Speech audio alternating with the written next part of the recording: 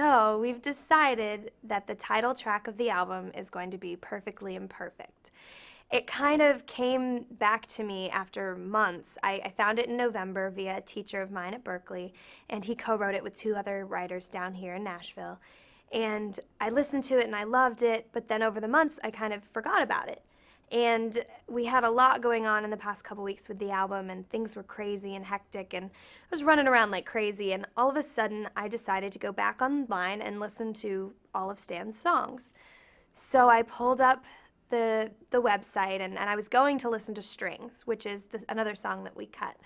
And all of a sudden, I saw Perfectly Imperfect, and just everything that I'd been through, it kind of seemed perfect that I found it.